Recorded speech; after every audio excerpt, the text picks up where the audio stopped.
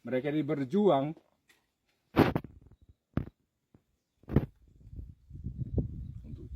hanya untuk bertahan hidup, memperjuangkan anak-anaknya.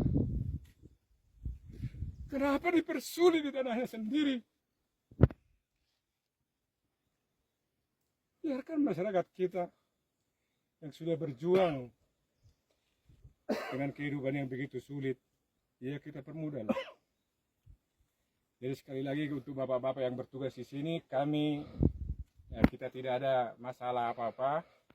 Kalau boleh kami sampaikan melalui bapak-bapak yang bertugas di sini, inilah kami datang dengan ketulusan hati, dengan keadaan masyarakat kita di sini, supaya ya pemerintah ya sudah mengeskakan ini, kita tegak luruslah di atas.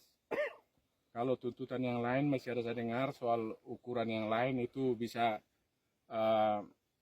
tahapan yang berikut, tetapi permohonan kami atas nama juga seluruh warga HKBP yang ada di sini sangat bermohon, izinkanlah bapak-bapak, ibu-ibu, warga jemaat di sini dan masyarakat di sekitar sini yang kehidupannya dari daerah ini, kita biarkanlah mereka untuk bekerja. Sekali lagi hanya untuk berjuang untuk nafkah keseharian, bukan menjadi pengusaha besar ini, bukan menjadi kaya raya ini masyarakat kita di sini.